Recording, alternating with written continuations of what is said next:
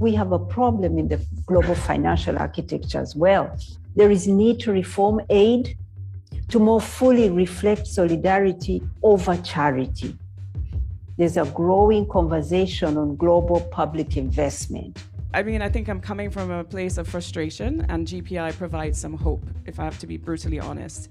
Communities, civil society, just absolutely frustrated. The system does not work for us.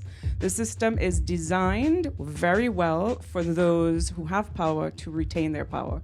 So I'm not about fixing the system. I think we need to burn it all down and build something that works for communities.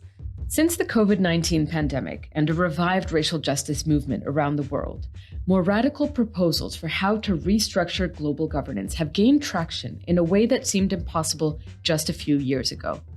One of those proposals is global public investment, or GPI. It's an idea that, if successful, would transform the aid debate and represent a paradigm shift in global financing for public goods, and in turn, for the pervasiveness of global inequalities. And it can be boiled down to just 3 principles that seem almost too ideal to be possible in today's world. All contribute, all decide, all benefit. Essentially, aid would no longer be at the whim of wealthy countries. So what is GPI?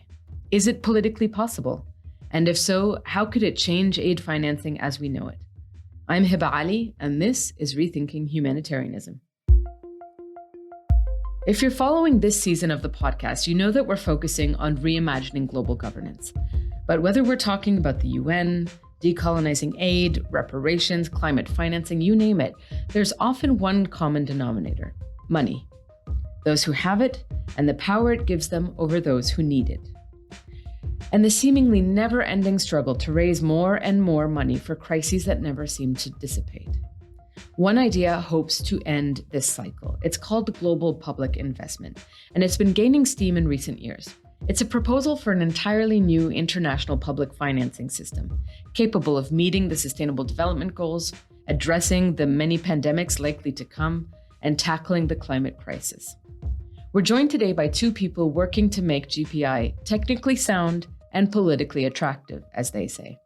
Solange Baptiste is the executive director of the International Treatment Preparedness Coalition, a global network of people living with HIV and their allies advocating for fair access to HIV treatment. She joins us from Johannesburg, South Africa. Solange, welcome to the show. Thank you very much. And Jonathan Glennie wrote the book, literally and figuratively, on global public investment. It's called The Future of Aid, Global Public Investment, published in 2020. He is the co-founder of Global Nation, a think tank promoting an internationalist global future. And before that, he spent many years running international development projects for NGOs. Jonathan joins us from Barranquilla in Colombia. Welcome to the podcast, Jonathan. Thank you very much, Heba.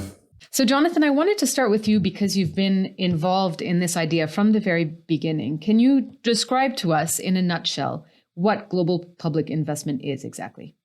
In your introduction, when you said it's become an idea that's more and more being taken seriously in a way, and I think that's true. I mean, a lot of us have been working on this or something like this for a long time.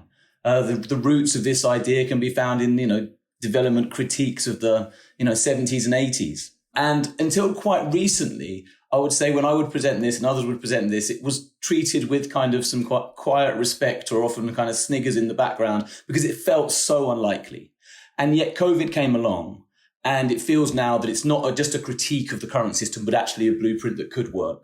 And fundamentally, the kind of contradiction it's trying to face is we need tons more money to respond to our global challenges, the SDGs, global public goods, development challenges, humanitarian challenges. We need tons more public money. Private money simply won't do the job in the way that's needed. And we found that in the last 10 years. Where's that money going to come from? We know that it can't continue to be aid because, and also you alluded to this in your introduction, there are so many critiques of aid. We need to decolonize aid. We can't go on with the same kind of 1960s approach. So on the one hand, we need tons more international public money. On the other hand, it can't be aid. So what's it going to be? And so we need to have something. And global public investment is simply the best option at the moment. And also, I think one thing that really makes it stand out, it's something that we are co-creating. It's not just a couple of people in a think tank coming up with a brilliant idea. We've launched our Global Public Investment Network in New York last month, and we spent a lot of time talking with organizations and experts around the world to build this thing.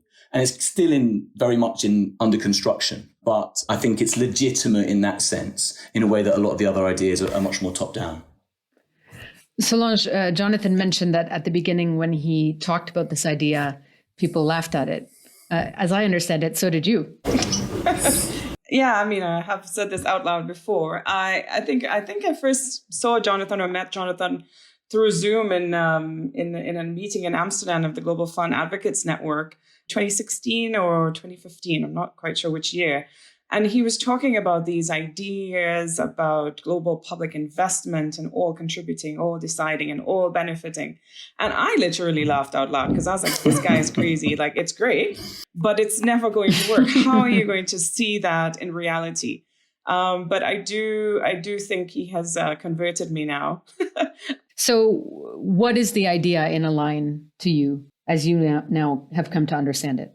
Yeah, so I think for me, it was really about figuring out what does this look like concretely? What was laughable in my mind, and when Jonathan kind of explained it, was the incentives that are lacking in the system to get to this ideal. I may have said that we should burn things all down and then start again. And clearly that was just a provocative and really reflecting the frustration from a community perspective. But definitely trying to think, what is it concretely? How can we make this operational? What does that look like? Someone spoke about, you have to deal with the patient, but also build a hospital. So we need to figure out the immediate need and tweak what we have currently in the existing systems, but also have a vision for that future and build towards that greater ideal where these principles are imbibed. So, things like the Financial Intermediary Fund for Pandemic Prevention, Preparedness, Response, the fifth CEPI, all these started to pick up the GPI principles in their outworkings, their governance, their ideals, decision-making. So I can see now how systems can be tweaked. But I still struggle, and this is why it's being co-created and co-designed, with how do you fix something that is still fundamentally wrong. Tweaking a bad paper still gets you a bad grade. You need to start all over again. So I think that's where I live, in between those two. But just walk us through first what those principles are. Jonathan, I mentioned all contribute, all benefit as a simplified version, but break that down for us a little bit more. What are the principles behind GPI?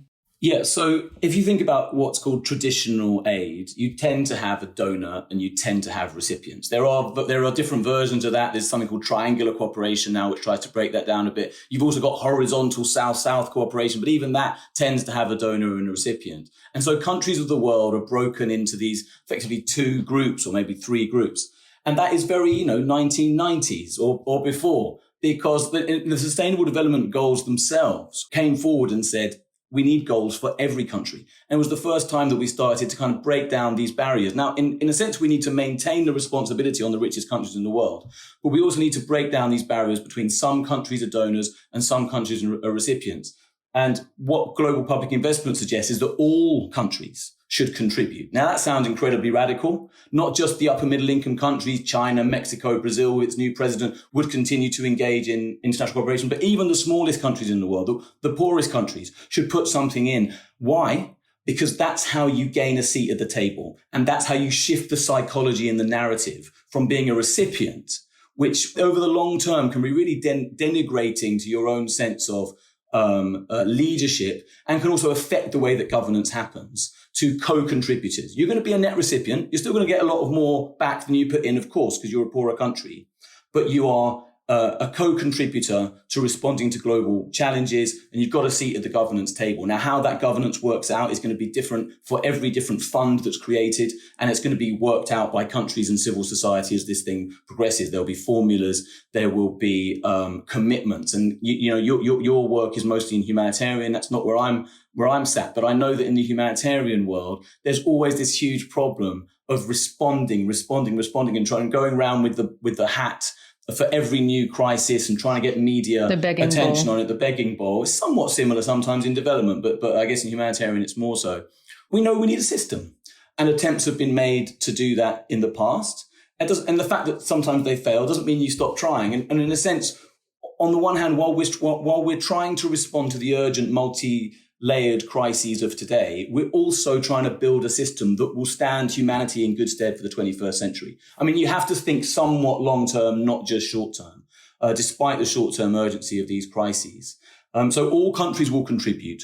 In that way, they will all decide. You can't get out of power. The biggest countries in the world will always bully the poorest countries in the world. I mean, I'm not kind of ridiculously idealistic in that sense, but you can set up institutions and norms and laws and statutes to somewhat mitigate power, to empower. And that's not what we have at the moment. And then all benefit. And this is, again, quite a radical idea, really, that even the richest countries would benefit from this. But it's one of the most popular things when I've gone around the world and suggested this approach. It's really popular in the global south. Not because they're desperate to send money to, Berlin, but because it transforms the way that we think about our world. It's not just about some countries are desperately needy and others have the money and know-how to spread it across the world. It's we're all in this together. Some countries obviously are more wealthy than others, but a lot of countries that aren't that wealthy have great know-how to share. And that kind of approach, I think, is very, very popular. There's nothing new under the sun. A lot of this has been tried, sometimes successfully, sometimes unsuccessfully in the past. But we think it's time for a consolidated effort to go forward strongly on this. And just, I guess in reply to Solange's concerns about how do you make this happen and how do you overturn the system while also tweaking the system? Well, there is a gap in global public goods at the moment. There isn't there's the climate finance world. But apart from that, just look at the COVID response. There wasn't a clear way of funding that. So we know there's a gap in global public goods. So that's where global public investment is going to focus its attention first. But gradually over time, it will need to overtake the ODA system, which is a 1950s, 1960s approach to development. And gradually we will set up across the world a process of funding the things we care about as humans in a much more organized and sensible way. It's actually quite a sensible and quite an obvious way forward for an increasingly kind of communal world. If we don't do that, the opposite is kind of slightly chaotic. You mentioned kind of a series of funds. So do you see it as for each theme, topic, crisis, you've got one fund? So you've got the COVID Global Goods Fund, and then you've got the Climate Global Goods Fund, and then you've got the Rising Energy Prices Global Goods Fund, or how does it work in your vision, as initial as that might be? Well, I think it's inevitable that you have a bunch of different funds as part of the response to our global challenges. I mean, I can't, but there's millions of different people working on this now, so maybe other people have other ideas, but I can't see a way how you have everything collated into one fund or just all bilateral. So inevitably, you're going to end up with a bunch of multilateral ways of responding to particular challenges. We're doing advocacy, as Solange mentioned, on the new World Bank Fund on pandemic preparedness and response. We're doing advocacy on a bunch of other funds, including the Global Fund, to try and improve it.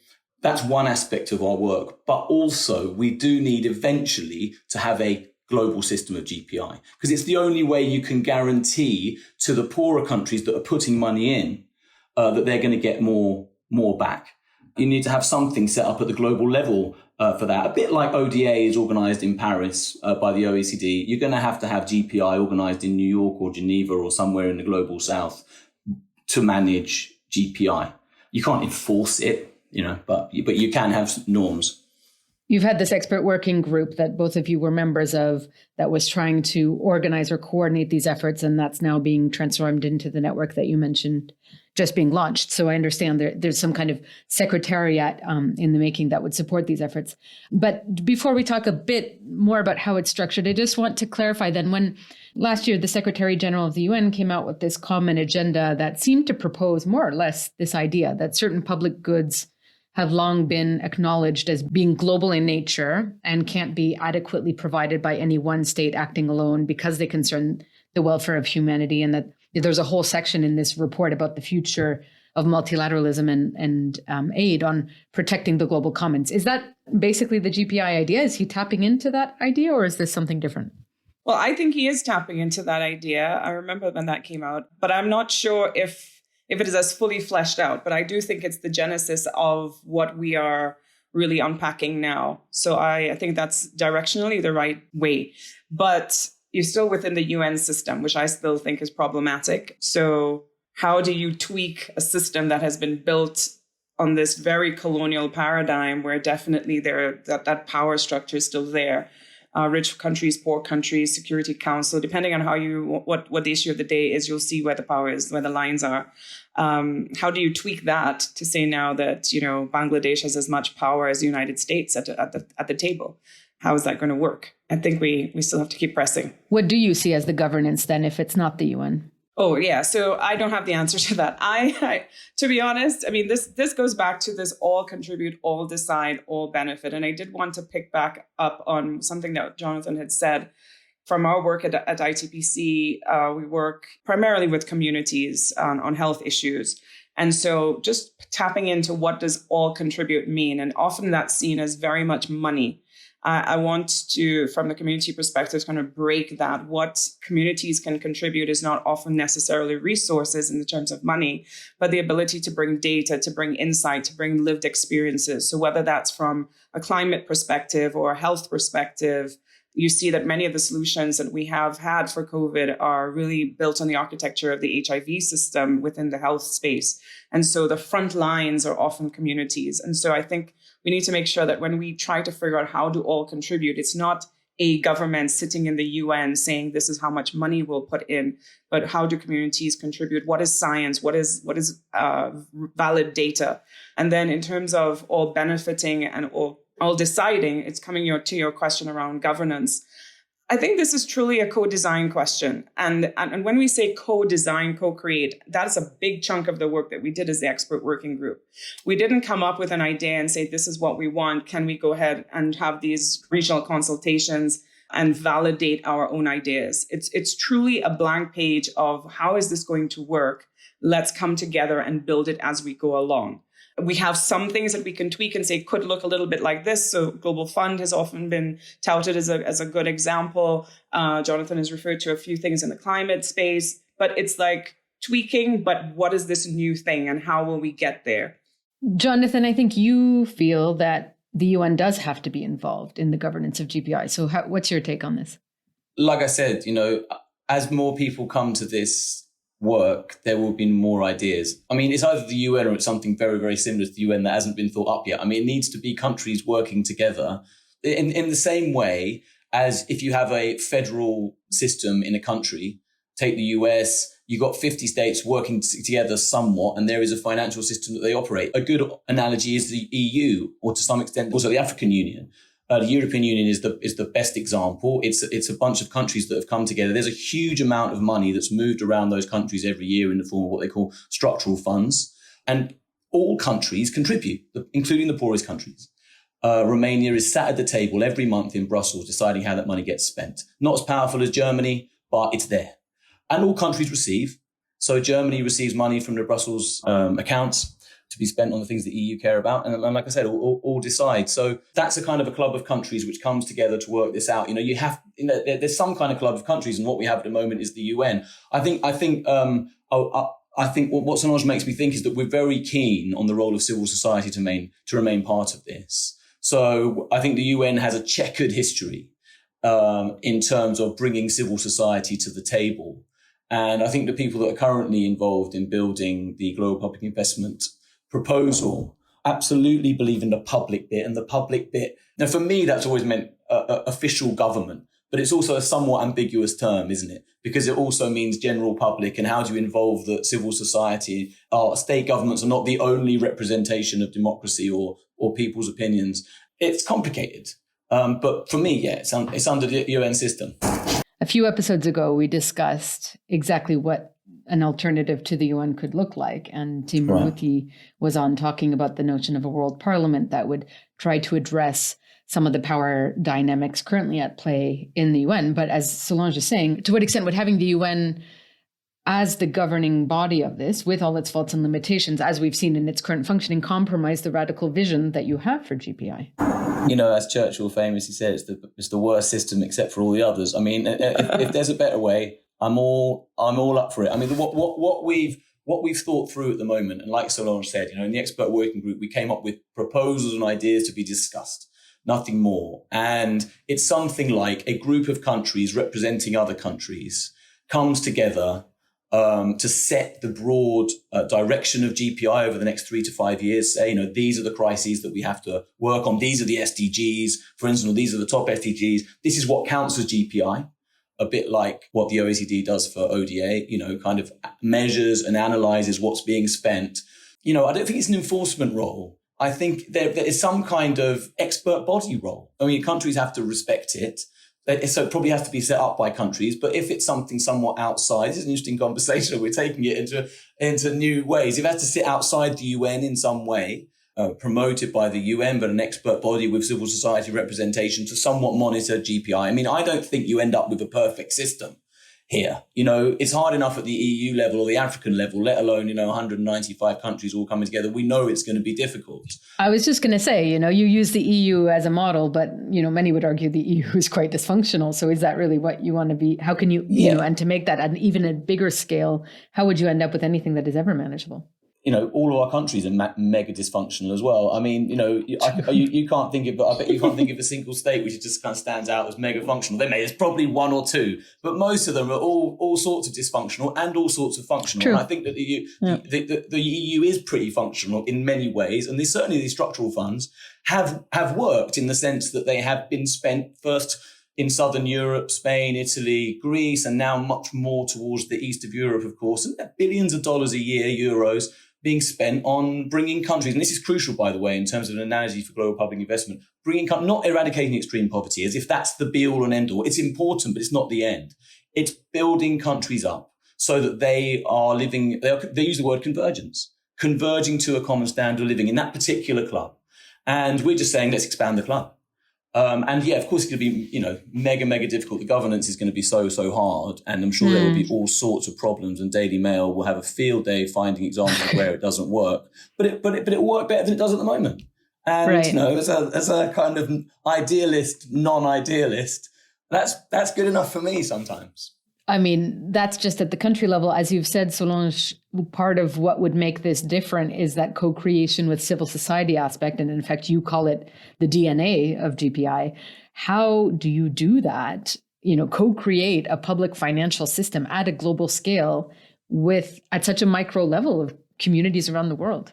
I agree. It definitely has to start from, we need a groundswell. I don't think that this thing top down will work. I fully agree with Jonathan that it's at a country level. And I would then go to subnational and then community level. I think we need to speak truth to ourselves. I think we need to make sure that we understand that governments aren't always proxies for their people. If you look at just like what happened in Brazil, you have such like marginal wins. That means you have a whole bunch of people that do not feel like this person represents them, and they go make decisions on behalf of that whole country.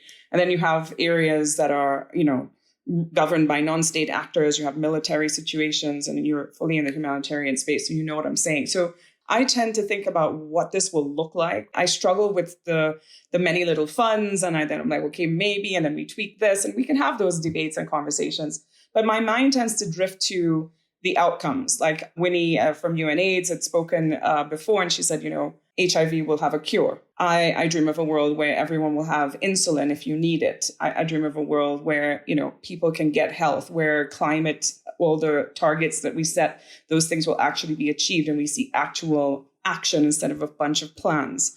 Less talk and more action. So that's the world that I dream of. But the only way I think, to be honest, and I've been thinking about this, to get to that world is with crisis. Crisis is our partner.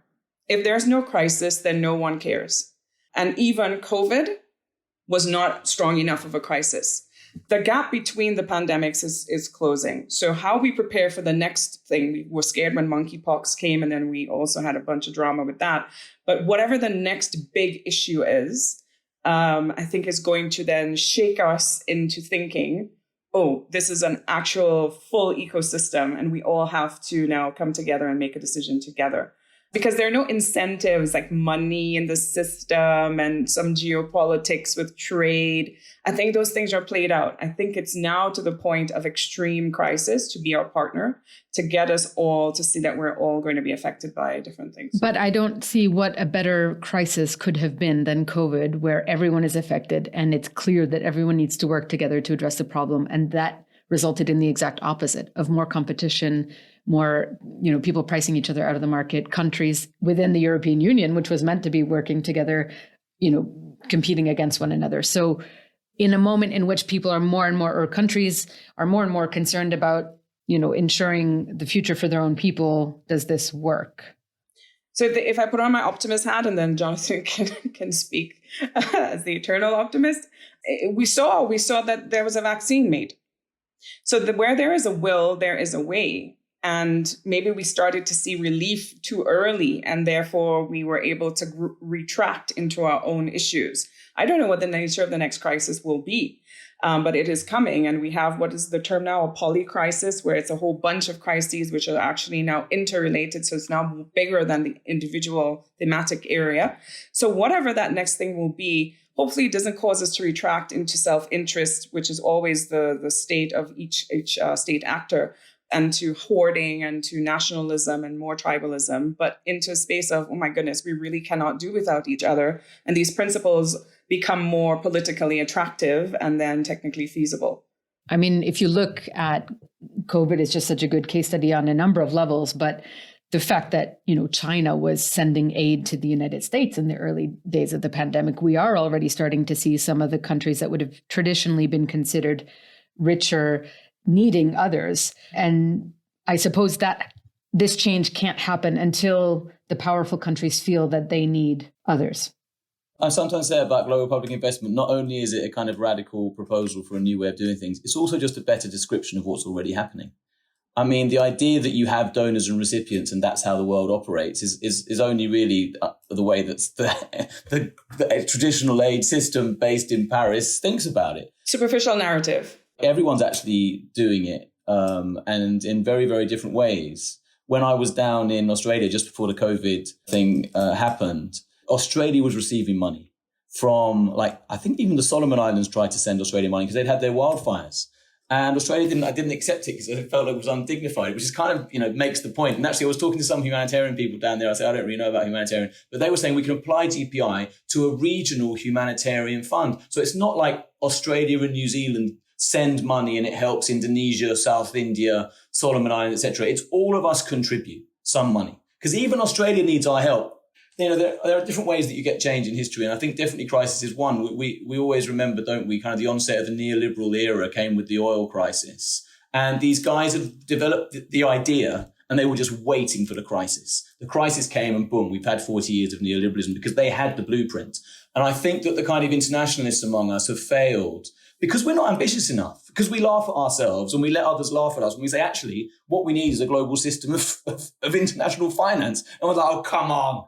And then, so what we actually do need is to at least have the blueprint in our business. If we don't get there, yeah, I know that we might not fully get there, but if we don't get there, then we won't get there. But you don't not set out the plan and you wait for the crisis. But the other way you get change is also instability. It has to be said. So the early part of this millennium, I don't know how you guys think about the kind of debt relief that happened and the increased aid that happened. The US tripled aid under George Bush, which is quite astonishing to remember.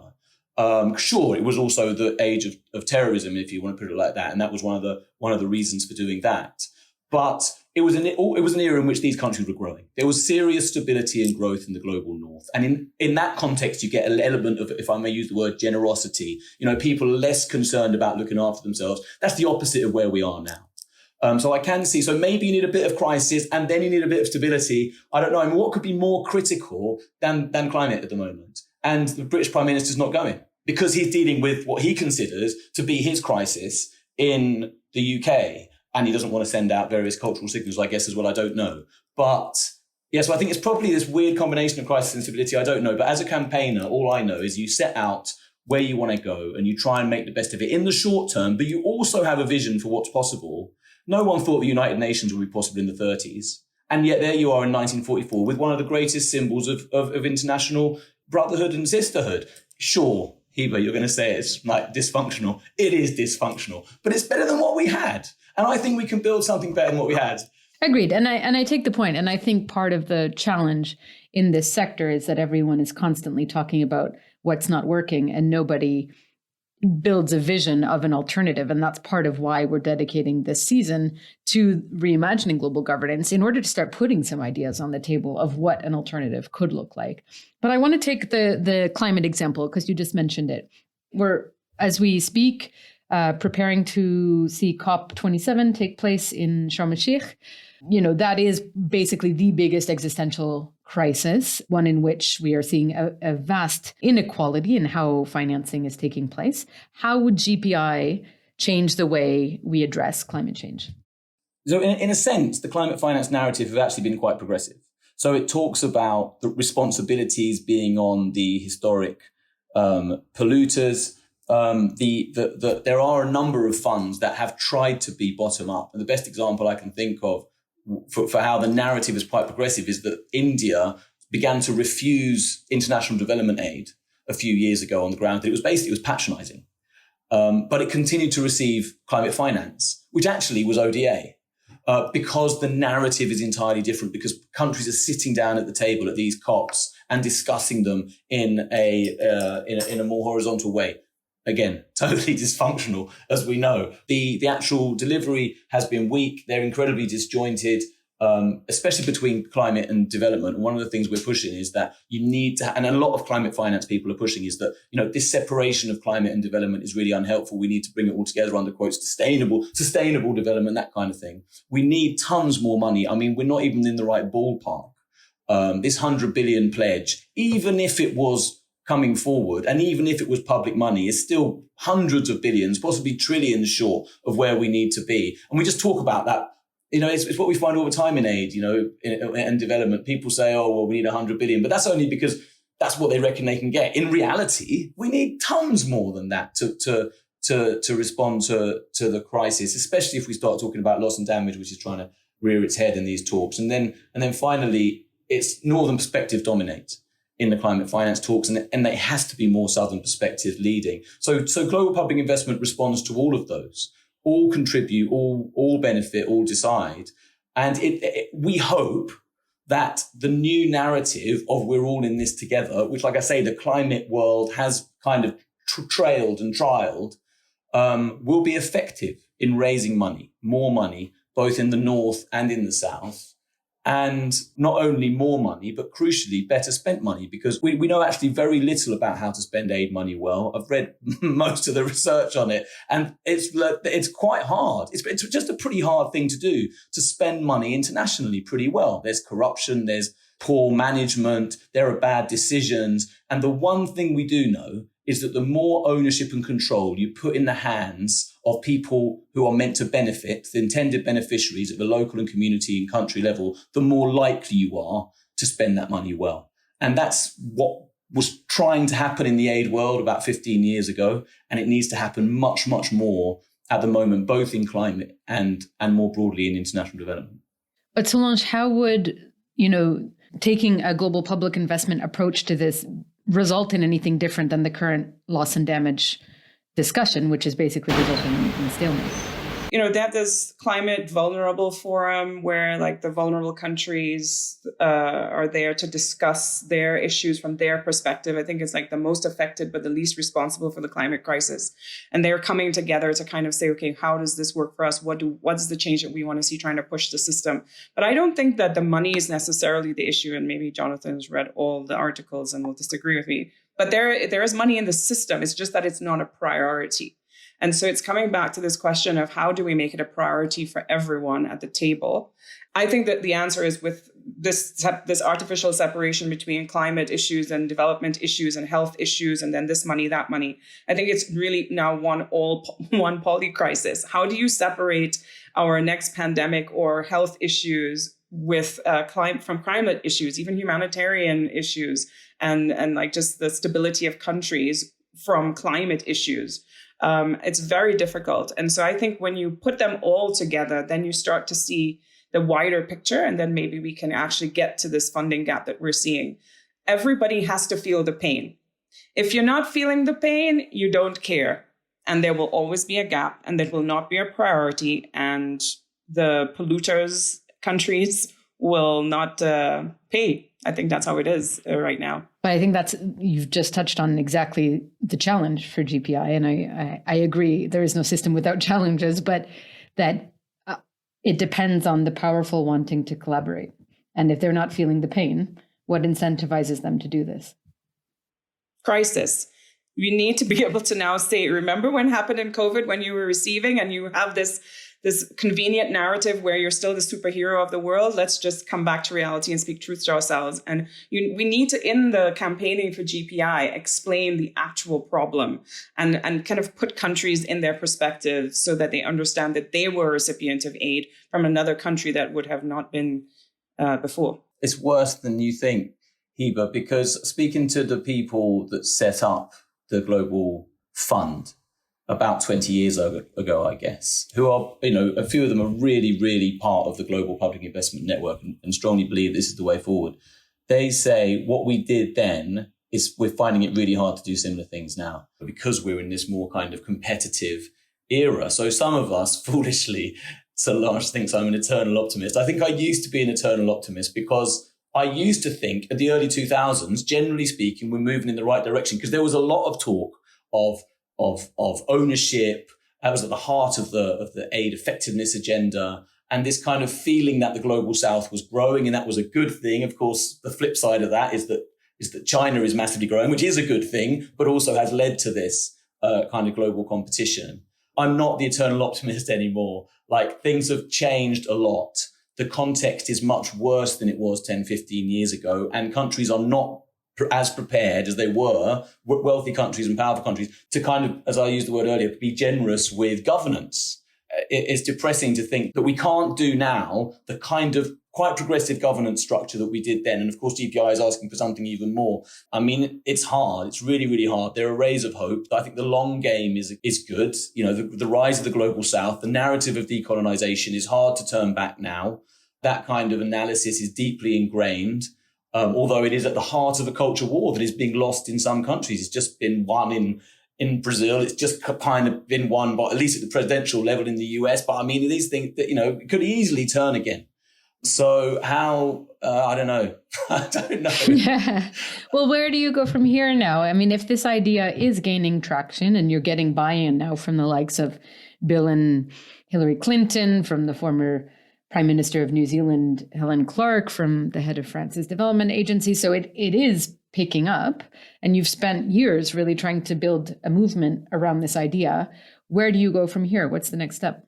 There's a lot of foundations interested in this. So the Clintons, Ford is backing us with some big bucks, Gates is backing us. And, we're just really at the beginning of this. And there are lots of also other movements. So if you look at the statements from not the World Bank boss, but the IMF boss and others, they're saying, yes, we do actually need to change the system. And you've got Mia Motley leading the charge in one area. You've got, the campaign on multilateral development banks. There are people that are trying to build campaigns to not just respond in an aid way to our crises, but to actually change the systems at the same time. And the next step for GPI is to be a voice in those campaigns, to push for these particular principles that we think are not only the right ones, but also have gained legitimacy because of the way that we've worked over the last few years. And just to try and make the best advocacy campaign possible, both in terms of our ambition, what are we trying to achieve, but also recognizing the political constraints that you've discussed. Yeah, and what I would add is a call to everyone who thinks that we either are crazy or this might be a good idea to have that conversation. It's really go to GPI, globalpublicinvestment.net and join. I think a call to joining us would be important, and being able to be part of the co-creation process, like help us to co-design. The important thing is to find the right question often so that we can tackle what the solutions may be. And so I think through the global consultations that we've gotten several questions. Now we need to put our heads together and think what this could truly look like, how to operationalize it at a regional, national, subnational, community, civil society, and obviously at a global level as we move things forward. When you invite people to join you in that conversation, what does that look like? How do they actually engage? Is there a process? Yeah, so as I said, we're in the formative stages of, as you said at the introduction, a secretariat and building out what the network would look like. And then there are many advocacy campaigns and pathways and projects that we have, as Jonathan just explained. So really being able to come together with us to complement the work that's on the ground, that's on the way already, to be a voice in that system, to be able to say, this is how we think it should look like. Here's what we can add to the project that's ongoing. We have an idea for something. Let's go look for funding for that idea. There's this advocacy opportunity coming down the road. Can we infiltrate that with this particular message? I think it's also very important for the average person, for communities that are affected by any of these intercolliding crises, to be able to know what the entry point is. Sometimes the terminology and the thing is so out there in the stratosphere, the average person doesn't know how to link to it. And I think that's part of the work that we have to do now in terms of communications. And maybe just one last question for you, Solange, because you talked at the beginning about your frustration, and we heard that clip of you saying we should burn it all down. What is it about GPI, knowing the resistance you are going to face and how uncertain, as we've just discussed, the landscape is, hearing Jonathan say he's no longer an optimist or an idealist? What is it about this that gives you hope? The fifth is a good example of a small win. The Financial Intermediary Fund, where we were able to get 2 civil society seats that were voting seats in this, the governance of the fund. You know, there's still many problems with the fifth, where it's being housed and the prioritization and the decision making. Sometimes, because we work in human rights as well, just holding the line is a win. Things are not getting worse, and we made sure that things didn't get worse, and we kept what the status quo was.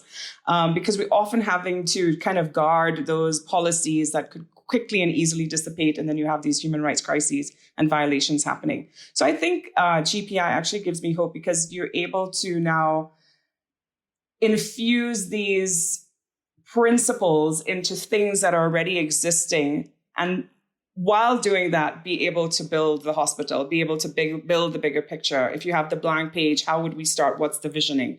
It's not a binary decision that you burn it all down, or you actually tweak the paper or deal with the patient, whichever analogy you're going to use. We have to do both.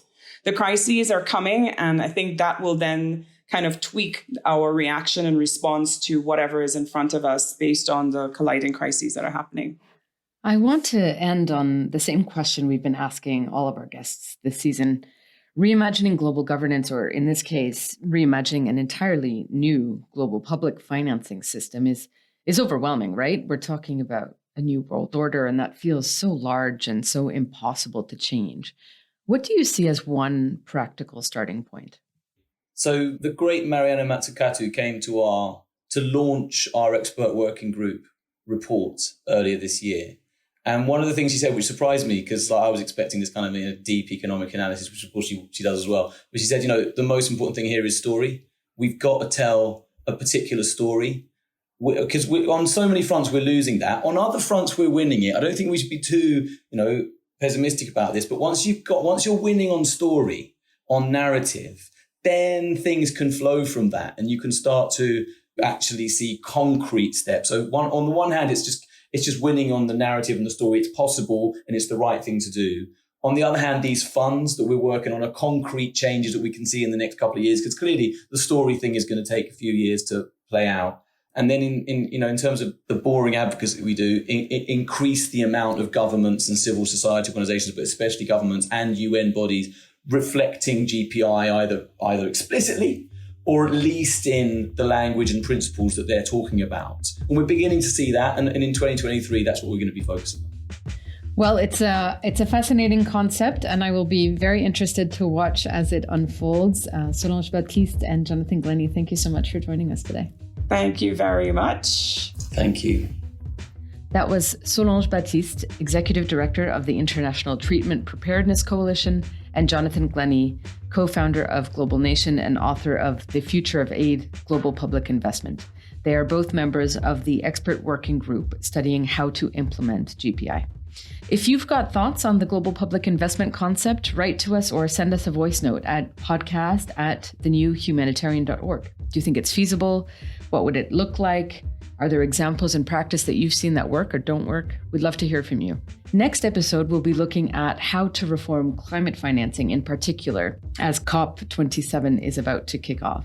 And until then, we'll leave you with a few voices from an event about global public investment that was held on the sidelines of the UN General Assembly in New York earlier this fall. You'll hear from Winnie Byanyima, Executive Director of UNAIDS, Avinash Persaud, Special Envoy to the Prime Minister of Barbados on Investment, and GPI Steering Committee member Alicia Yeaman. They discussed the limits and merits of existing aid financing systems and the challenges that lie ahead for GPI.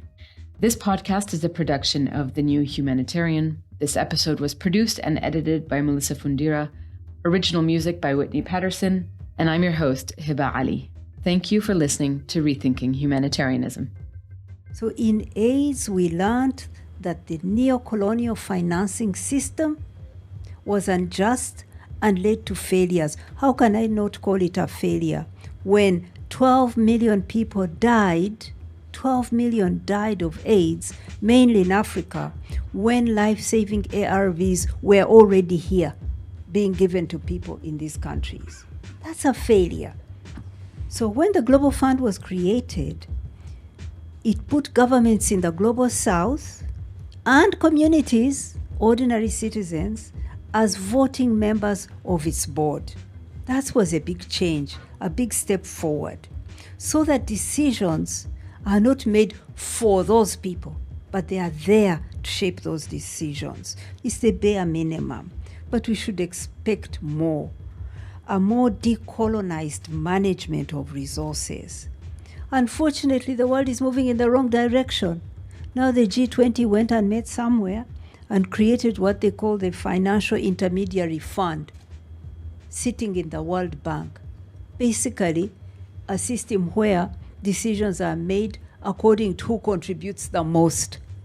So those who don't have money to contribute don't shape those decisions. How's that a solution? It simply won't work. It's a movement in the wrong direction. That's why I'm here to support global public investment as an idea. If you look at Poland today borrows at 1% over the German borrowing rate. Look at South Africa. South Africa borrows at about 9% over the German borrowing rate. And why is that? Is that because South Africa has these terrible economic fundamentals, these challenging politics? In fact, the fundamentals of South Africa, in both its economic and social and political, are similar to Poland. The difference is that Poland has another balance sheet it can rely upon. It's not the Polish balance sheet that determines Polish interest rates. It's the fact it can rely upon a European balance sheet. It can rely upon an international balance sheet. If we want to fund the trillions of dollars we need for global public goods, we need an international balance sheet. The local balance sheets can't do it. We know that GPI alone is not enough. The rigged rules of the game need to change. If the IMF decided that it wanted to sign up to the GPI network right away, that would be the kiss of death, right? This is an iterative process that we are building in conjunction with a lot of other social movements and social action. We absolutely know that debt needs to be tackled, tax justice needs to be tackled, intellectual property regimes need to be tackled. Going a little bit to the former question of how much public investment went into the development of the vaccines and how the profits were then privatized scandalously. So we know that this is not the answer, it's not a magic bullet. And we also are very aware that there's a kind of Lorenz effect, a butterfly effect, where you have to trigger changes in the short term that lead to much bigger changes without reproducing the same kind of colonialist logics. And by the way, we are not dreamers. Everything begins with an idea. You push it, you build a movement, it becomes a reality. So I'm here because I believe that it's an idea that has reached its time.